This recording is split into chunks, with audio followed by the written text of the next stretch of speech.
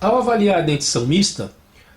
nós vamos ter algumas características interessantes, como por exemplo, na dentição mista, como existe uma desproporção entre o crescimento da maxila e da mandíbula, algumas vezes a maxila cresce um pouco mais rápido que a mandíbula, então é a única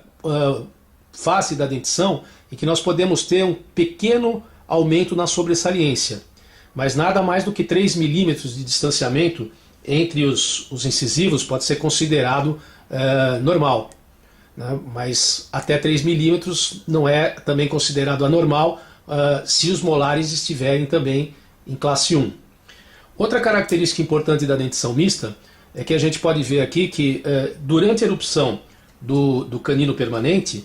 ele ocupa uma posição em que ele toca na parte distal da raiz dos incisivos laterais e provoca uma inclinação dos incisivos laterais, assim como os incisivos centrais também apresentam um diastema na linha média.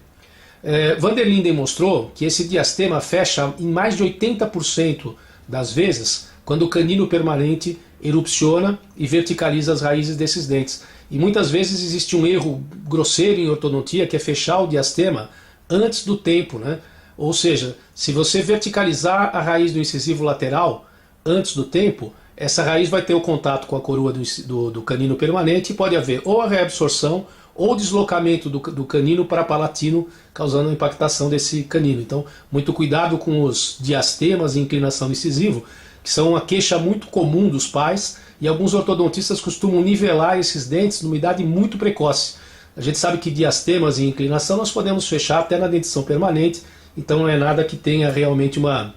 implicação importante. Outra coisa que é interessante de ver também nesse modelo aqui, é que nós estamos vendo que o tamanho do segundo pré-molar, por exemplo, que ainda é o dente descido que se encontra nessa arcada, é muito menor a largura desse dente do que a do dente que vai substituí-lo. Portanto, existe uma sobra de espaço quando nós temos os 3 dentes descidos ainda, o canino, o primeiro molar e o segundo molar descido, que foi chamada por Nance de espaço livre de Nance. Existe uma sobra de espaço nessa região e normalmente essa sobra é perdida quando o segundo molar descido esfolia, o primeiro molar permanente ocupa esse espaço. Mas muitas vezes, isso que vai ser uma coisa que nós vamos ressaltar na análise de Moyers, os pequenos apinhamentos dos dentes anteriores são tratados com muita facilidade se nós impedirmos a migração do molar permanente, e não por através de expansão, que é uma coisa muito comum e que